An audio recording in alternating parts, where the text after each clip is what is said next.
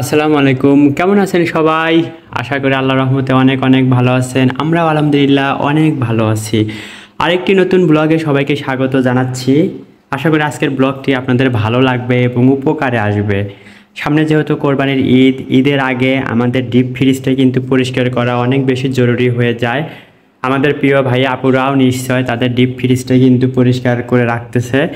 আর আসলে কোরবানির আগে কিন্তু এই প্রিপারেশনটা সবাই নেয়। তো আমিও আজকে চলে আসছি আমাদের ডিপ ফ্রিজটা একটু পরিষ্কার করে নেব। তো তার আগে আমি কিন্তু ফ্রিজের যে লাইনটা কিন্তু বন্ধ করে রেখেছি আরও কিছুক্ষণ আগে। আর আমি প্লাগটাই খুলে নেব। আসলে ইলেকট্রিক্যাল জিনিসপত্র ব্যবহার করার আগে কিন্তু অবশ্যই এই কাজগুলো একটু খেয়াল রাখা উচিত। প্লাগটা খুলে নিলাম। আর এই তো আমি এটা বন্ধ করে রেখে দিয়েছি। আসলে তো ডিপ ফ্রিজে সবসময় বরফ হয়ে থাকে সব কিছু, আর অনেক আর কি আটকে থাকে। যদিও আমি এই কিছুদিন আগে একবার এগুলো রিঅ্যারেঞ্জ করেছিলাম এবং পরিষ্কারও করেছিলাম মোটামুটি। তো আজকে বাকিটা একটু পরিষ্কার করে নেব। এই পাশটাতে কত পরিমাণে আইস জমে আছে, এই যে অনেক পরিমাণে আইস জমে আছে, এগুলো সব ক্লিন করে নিতে হবে। আর যেহেতু সামনে একটা সপ্তাহ আছে এবং আগামী সপ্তাহের পরেই তো আবার ঈদ, তো সামনের সপ্তাহে থাকছি না বাসায়, ঈদে বাড়ি চলে যাব। আর ঈদ থেকেই আবার তো চলে আসতে হবে, এসেই আবার মোটামুটি ব্যস্ততার মধ্যে সময় মানে কেটে যাবে। এ কারণে আর কি এখনই ফ্রিজটা পরিষ্কার করে নিচ্ছি। আর যেহেতু তাফসীরের আম্মু নাই, বউ বাচ্চা আসার আগে বাসাটা যতটুকু সুন্দর করে রাখা যায় আমি চেষ্টা করছি। আর ও আসার আগে ওর মানে আর কি হাতের যে কাজগুলো ওকে আরাম মানে দেবে, মানে ওর সুবিধা হবে সেই কাজগুলো একটু যতটুকু আমার সাধ্যে কুলায় আমি গুছিয়ে রাখতেছি। এতে কিন্তু ওর ভালো লাগবে। কিছুদিন আগে কিন্তু আমি নর্মাল ফ্রিজটা ডিপ ক্লিন করার একটি ভিডিও আপনাদের সাথে শেয়ার করেছিলাম। আর আজকে নর্মাল ফ্রিজ ক্লিন করার ভিডিওটা আর আসলে আপনাদের দেখাবো না, আমি করে নেব। তো ওই অংশটা আর ভিডিওতে রাখছি না, আজকে শুধু ডিপ ক্লিন করব, তো সেটাই একটু আপনাদের সাথে শেয়ার করব। তো প্রথমে আগে সবগুলো জিনিসপত্র আমি বের করে নেব, তারপরে ক্লিনিংয়ের কাজ শুরু করে দেব। আমি একটা হোমমেড ক্লিনজার বানিয়ে নিচ্ছি। এর জন্য একটা শ্যাম্পু নিচ্ছি, সানসিল্কের একটা শ্যাম্পুর মিনি প্যাকেট নিচ্ছি, এটা এখানে ঢেলে নেব। আর আসলে ফ্রিজে শ্যাম্পু এবং লেবু দিয়ে পরিষ্কার করলে সেটা সবচেয়ে ভালো হয়।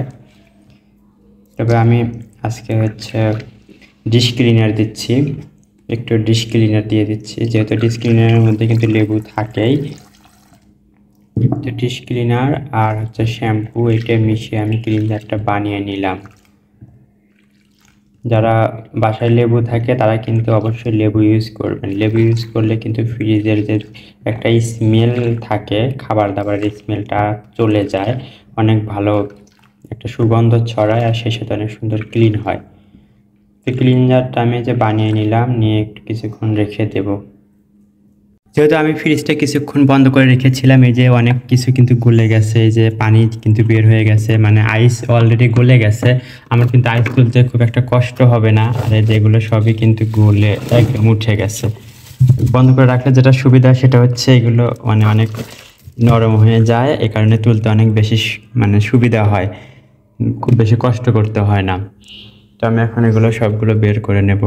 ফ্রিজ থেকে বাটি রিলেটেড কিছু বের করতে নিলে অনেক সময় কিন্তু অনেক ঠান্ডা এবং আইস হয়ে থাকার কারণে ধরতে একটু ঝামেলা হয়, তাই সাবধানে ধরা উচিত। অনেক সময় হাতে থেকে পড়ে গিয়ে কিন্তু এটা ফেটে যায়, বাটিটা নষ্ট হয়ে যায়। যারা এখন পর্যন্ত ভিডিওটিতে লাইক দেননি প্লিজ একটি লাইক দেবেন। প্লিজ কেমন হয়েছে ভিডিওটি কমেন্ট করে জানাবেন। আপনাদের একটি মূল্যবান কমেন্ট আমাদের ভিডিও তৈরির জন্য অনেক উৎসাহ দান করে।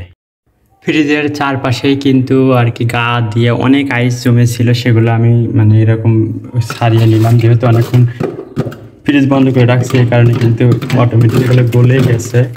আর এই যে নিচে দেখেন কি পরিমাণ আইস।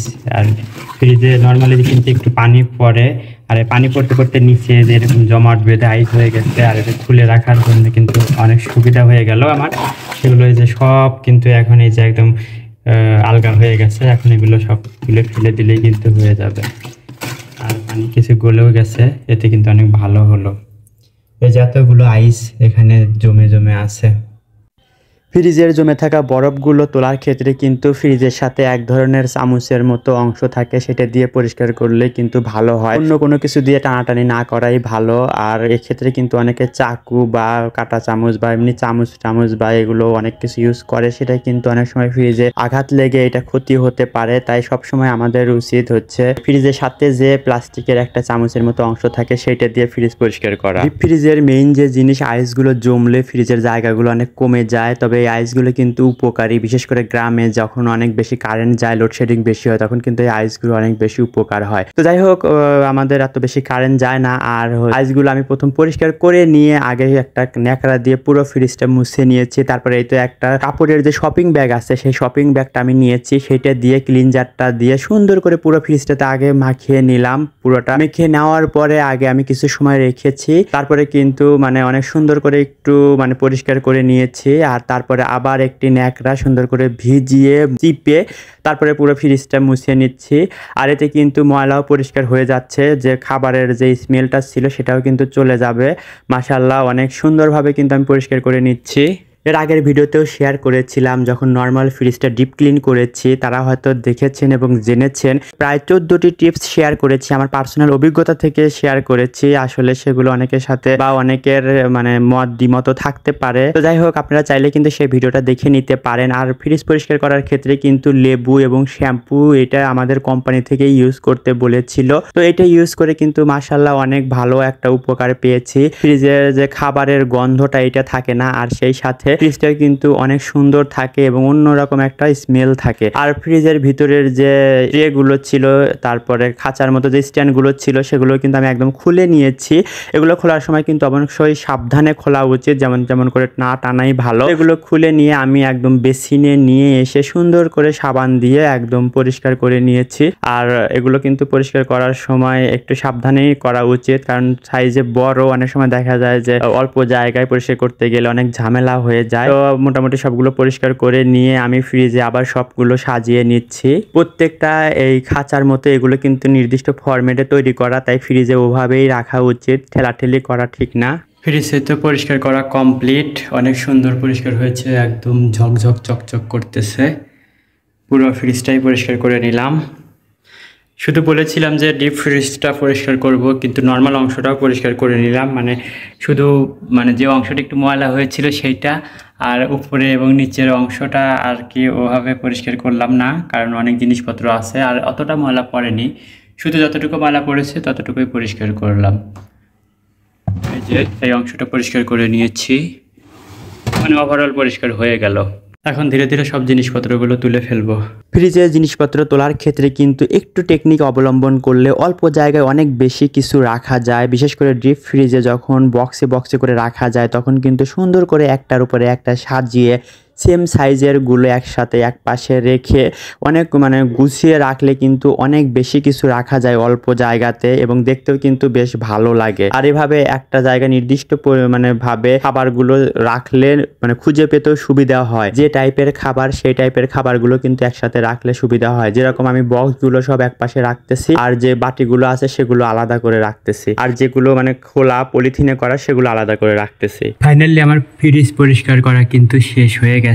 এই তো ডিপ ফ্রিজ পুরোটাই একদম সুন্দর মতো পরিষ্কার করে নিয়েছি, আর অনেক জায়গা কিন্তু বের হয়ে গেছে।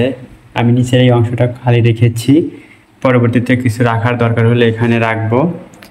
আর পানি আসলে পড়তেছে, তো এখন আর কি চাপিয়ে দিয়ে রাখবো। আর লাইন কিন্তু আধা ঘন্টা পরে দেব। এটা সবসময় মনে রাখবেন, ফ্রিজ যখন পরিষ্কার করা হয়, ফ্রিজ পরিষ্কার করার আধা ঘন্টা পরে কিন্তু ফ্রিজের লাইনটা দেওয়া উচিত। তো যেহেতু পরিষ্কার হয়ে গেছে, এটা এখন আমি রেখে দিচ্ছি। আর নর্মাল অংশটাও একটু দেখাচ্ছি। নর্মাল আমি এই যে এখানে পাতিল রাখার জন্য এগুলো রেখেছি, আর নিচের অংশটা ফাঁকাই আছে। তো আজকের ভিডিওটি সবার কেমন লাগলো প্লিজ কমেন্ট করে জানাবেন। যদি ভিডিওটির কোনো একটু অংশে একটু হলেও ভালো লাগে, প্লিজ আমাদের ভিডিওতে লাইক দেবেন। আর যারা আমাদের ভিডিওটি আজকে নতুন দেখছেন, আমাদের চ্যানেলে নতুন, প্লিজ আমাদের চ্যানেলটা সাবস্ক্রাইব করে বন্ধু হয়ে আমাদের পাশে থাকবেন। আর যারা এই কাজটি অলরেডি করে ফেলেছেন, সবাইকে অসংখ্য ধন্যবাদ।